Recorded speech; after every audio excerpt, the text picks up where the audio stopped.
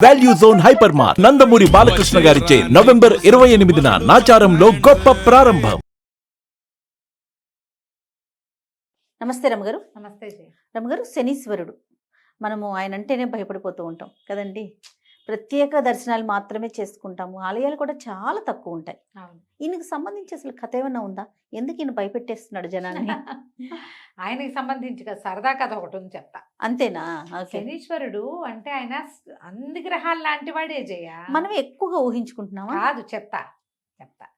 శనీశ్వరుడు అంటే ఈశ్వరుడు అంటాం. ఈశ్వరుడు కాదు, శనైశ్వరుడు. ఆహా. మెల్లిగా నడుస్తాడు. మనకి అందరూ వెళ్ళిపోతారు. నవగ్రహాలు మన వీటిలలో ఉంటాయి. మన జాతక చక్రంలో మన దశల్లో 9 మందికి ఉంటాయి. అన్నీ ప్రధానికి టైం ఉంటుంది. ఈయన స్లోగా వెళ్తాడు, దశ నడవదు. ఉమ్. పైగా ఈ శనిలో అర్ధాష్టమ శని అని, అష్టమ శని అని, ఏలినాటి శని అని, ఏవో బోల్డ్ పేర్లు. అవునవునవును. ఈ దశలో ఏంటంటే పని అవ్వదు, ఏది నజ్జుగా ఉంటుంది. బద్ధకంగా ఉంటారు మనుషులు, లెథర్జికల్గా ఉంటారు. వీళ్ళకి పనిచేసే వాళ్ళకి బద్ధకమే వస్తుంది. వీళ్ళకి ఏది అవ్వదు, పని అవ్వదు, చదువు అవ్వదు, పెళ్ళి అవ్వదు, అన్ని స్లోనే. స్లో. అట్లా కష్టం అన్నమాట. వ్యాపారాలు నడవకుండా ఉంటాయి, విద్యాభ్యాసం నడవకుండా ఉంటుంది, స్లోగా నడుస్తుంది. పోతూ శని మంచి చేసి పోతాడు అలాంటివి కూడా చెప్తారు పెద్దవాళ్ళు. శని దశ ముగిసేటప్పుడు మంచి చేసేది. చాలా విసిగించేస్తాడు, కానీ చివరికి వెళ్ళాక మంచి చేసి వెళ్తాడు. ఏవేవేవో చెప్పుకుంటారు. అయితే జ్యోతిష పండితులు తమ దశా విశేషాలను చూసుకుంటారు కదా, దానికి తగినవేవో ఏ ప్రతిక్రియ చేసుకున్నా పోగొట్టుకోలేరు, తగ్గించుకోగలుగుతాం. ఎలా మనం కర్మ చెప్పుకుంటామా? అవునవును. కర్మల్ని పోగొట్టుకోలేము. కర్మవశాత్తు జరగాల్సినవి జరుగుతాయి, మెడ దిగిపోకుండా వేలు దిగుతుంది. అంతే. దానికి ఏం చేస్తాము? పుణ్యకార్యాలు, ఓ పూజా విధానము, ఒక క్షేత్ర దర్శనము, ఓ దానము. ప్రతి శనివారం గుళ్ళోకి వెళ్ళిపోవటం, శనివారం ఉపవాసం ఉంటాం. అంతే. నువ్వుల నూనె దానం చేయటం, నువ్వులు ఎవరికైనా పంచి పెట్టడం, శని క్షేత్రాలు ఏ ఉన్నాయో అక్కడ శివుడికి రుద్రాభిషేకం చేసుకోవటం, శనికి తైలాభిషేకం చేయించటం, ఇట్లా ఏవో చేయించుకుని ఏదో కొంచెం ఇదిగా నడుస్తారు. పాత ఒక చందమామ కథ ఉంది, చెప్తాను చూడు. ఓకే అండి. పూర్వం ఒక ఊళ్ళోనట ఒక జ్యోతిష్య పండితుడు ఉండేవాడు. ఆయన ఎప్పటికప్పుడు బాగా అందరికీ జ్యోతిష్యం చెప్పేవారు. జ్యోతిష్యం చెప్పి తనది కూడా ఎప్పటికప్పుడు పరిశీలన చేసుకుంటూ ఉండేవారు. అయితే కొన్ని దశలు ముందే కనపడవు, దగ్గరకు వచ్చాక తెలుస్తుంటాయి, కొంత మార్పు వస్తూ ఉంటుంది. సరే, ఈయన ఒకసారి ప్రశ్న వేసుకుని చూసుకుని, నాకు తనకి ఏలినాటి శని రాబోతోందని 7 సంవత్సరాల శని తెలుసుకున్నాడు. శనిని ఎలాగైనా మేనేజ్ చేయాలనుకుని ఆయన ఇల్లు వాకిలి పెళ్ళాం పిల్లలకు అప్పచెప్పి ఎక్కడికో పోయి తపస్సు చేయటం మొదలుపెట్టాడు శనీశ్వరుడు కోసం. బోల్డ్ రోజులు తపస్సు చేశాక శనీశ్వరుడు ప్రత్యక్షమయ్యాడు. ఏమిటయ్యా భలేవాడివి, నా కోసం ఎవరు తపస్సు చేయరు, నువ్వేమిటో నా కోసం తపస్సు చేసావు, భలే వింతగా ఉంది, ఏమిటో చెప్పు నీ సంగతి అన్నాడు. మన జ్యోతిష్యుడు అన్నాడు, పండితుడు, అయ్యా నాకు ఏలినాటి శని ఉందండి, 7 సంవత్సరాలు తమరు పడతారు నన్ను, మరి మేము ఎందుకు తపస్సు చేశానంటే నా సమయం తగ్గించండి, నన్ను వదిలేయండి అన్నాడు. శని అన్నాడు, అట్లా ఎట్లా కుదురుతుంది, నువ్వు తపస్సు కాదు తలకిందులుగా తపస్సు చేసినా సరే కుదరదు.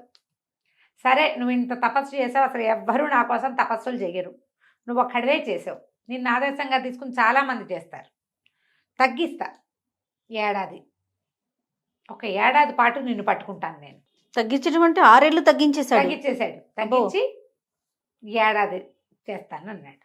సరే, ఈయనకి ఇంటికి వెళ్ళిపోమని శని గారు మాయమైపోయాడు. ఇంటికి వచ్చాడు కానీ భయం వేస్తుంది. మళ్ళీ వెళ్ళాడు తపస్సుకి, మళ్ళీ తపస్సు చేశాడు. మళ్ళా శని గారు ప్రత్యక్షం అయ్యారు. నన్ను వదిలే మహానుభావ అని 10 విధాలా అడిగాడు జ్యోతిష పండితుడు. ఆయనేమన్నాడు, నీ జ్యోతిషం చాలా అద్భుతంగా ఉంది, చాలా బాగుంది, బాగా కనిపెట్టావు, నువ్వు బాగానే ఉంది, కానీ పట్టకుండా వదిలిపెట్టడం అనేది కుదరదు.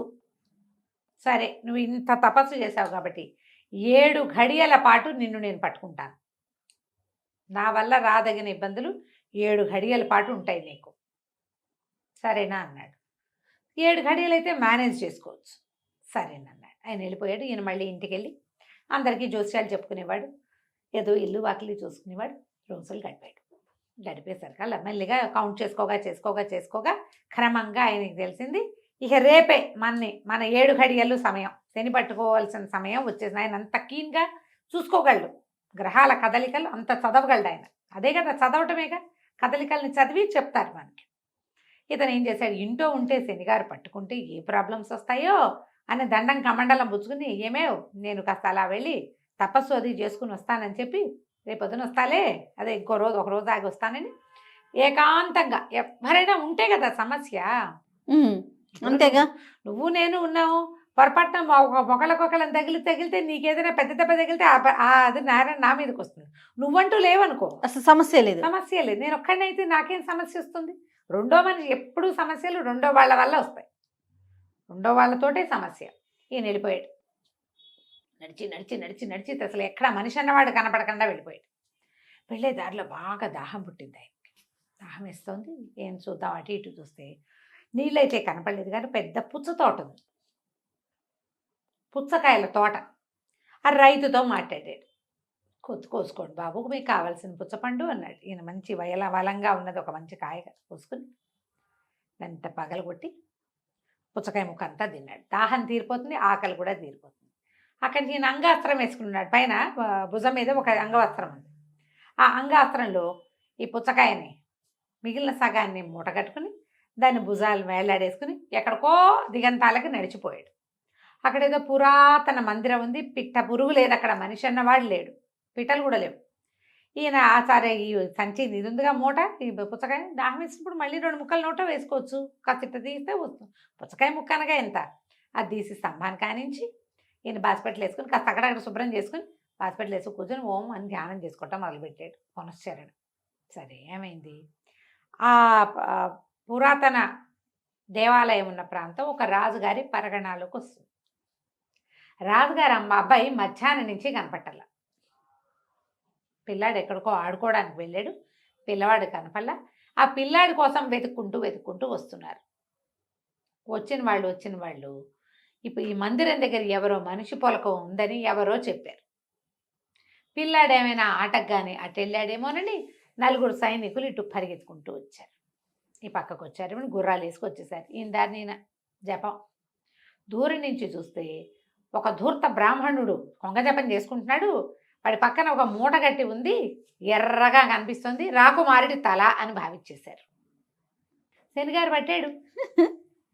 ఈ పుచ్చకాయ సగం విరిగిన ముక్క తల్లాగా అనిపించింది. ఇప్పుడు పుచ్చకాయ ముక్కని తెల్లటి బట్టలో మూట కట్టి పెడితే కాసేపటికి అదంతా ఎర్రగా వచ్చేసి, అక్కడి నుంచి ఇంకేముంది, ఏంటో ఎర్రగా కనిపిస్తుంది, తలకాయలాగా కనపడుతుందని ఆగ మేఘాల మీద దూకేశారు ఇక్కడికి.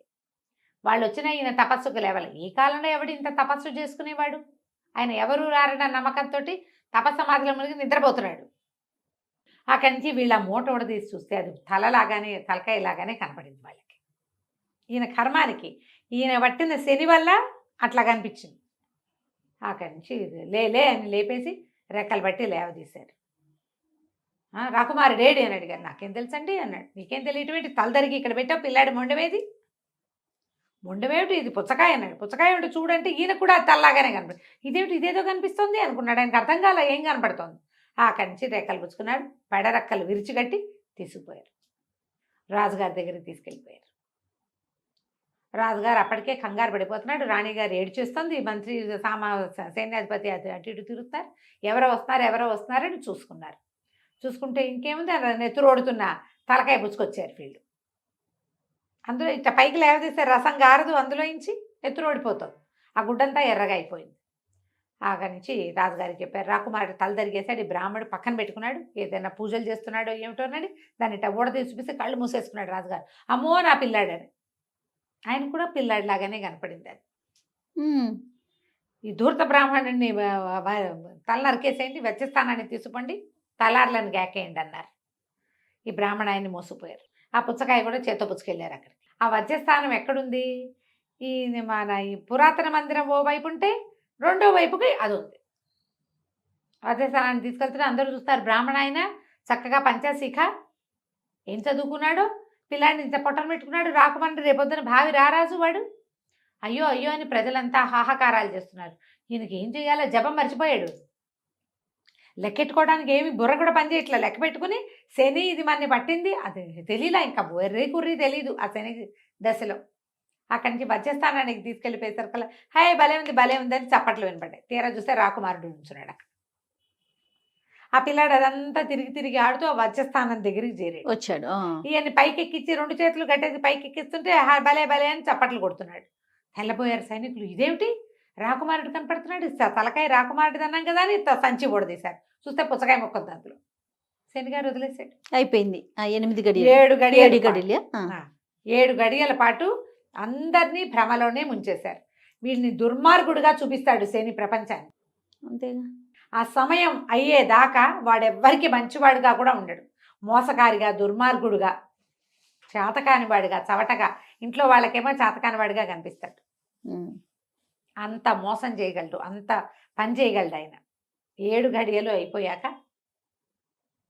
అక్కడి నుంచి రాజుగారు పరిగెత్తుకొచ్చి మమ్మల్ని క్షమించండి, ఏమిటో ఈ పుచ్చకాయ ముక్కను మేము రాకుమారి తలగా భావించాం, పిల్లాడు సైతలా మాకు శుభ్రంగా క్షేమంగా ఉన్నాడు అని దండం పెట్టాడు.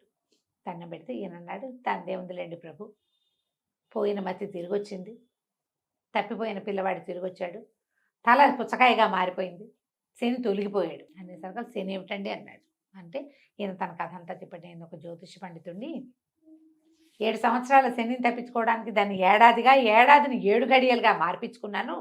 ఆ 7 గడియల కాలంలోనే నేను ఇలాగా పట్టుపడాల్సి వచ్చింది, ఇట్లా దుర్మార్గుడిగా ప్రజలందరితోటి మాట పడాల్సి వచ్చింది, ఏదో ఒకటి చేసే ఉంటాననే మాట మోసుకోవాల్సిందే నేను అనేసరికి రాజు ఆశ్చర్యపడి, ఏంటంత కరెక్ట్గా తెలుస్తుందండి మీకు అన్నాడు. అక్షరాలా తెలుస్తుంది ఆయన, నీ కొడుకు మీద ఉన్న పీడ కూడా తొలగిపోయింది, వాడు చచ్చిపోయాడని మీరందరూ ఏడ్చారు, వాడికి ఉన్న పీడ పోయింది అనేసరికి రాజు ఎంతో సంతోషించి, మీకు ఎంత విద్వత్తు ఉందండి, మీరు రండి, మిమ్మల్ని మా ఆస్థాన విద్వాంసుని చేసుకుంటాం. శని వెళ్ళిపోతూ ఏం చేశాడు, ఊళ్ళో జ్యోతిష్యం చెప్పే ఆయన్ని ఆస్థాన పండితుడిని చేశాడు. మంచి చేశాడు. ఇలా జరుగుతుంది. ఈయన రాజుగారు ఆస్థాన పండితుడు తర్వాత హాయిగా ఉన్నాడు. కథకంచికి మనం ఇంటికి శనిదేవుని మహిమలు ఇలా జరుగుతాయి. ఎవరైనా శని దశలో ఉంటే ఓపికగా ఈ దశని గడుపుకోవాలి. పోట్లాటలకి కొట్లాటలకి దిక్కకూడదు, కొత్త వ్యాపారాలు మొదలు పెట్టకూడదు, ఇతరులతోటి మాట వచ్చే అవకాశం ఉంటుంది. శివాలయ దర్శనము, దేవాలయ దర్శనాలు చేయటం, తీర్థాటన, క్షేత్రాటన చేయాలి. క్షేత్ర దర్శనం, తీర్థాటనలు చేయాలి. నదీ స్నానాలు, సముద్ర స్నానాలు, వాటి వల్ల శని దశలో ఉన్న బాధలు కొంచెం తగ్గుతాయంటారు. వెళ్తూ ఆయన ఎలాగో మంచిగా చేస్తాడు. అంతే. కథకంచికి మనం ఇంటికి. నమస్తే రమ్మగారు. నమస్తే జయ.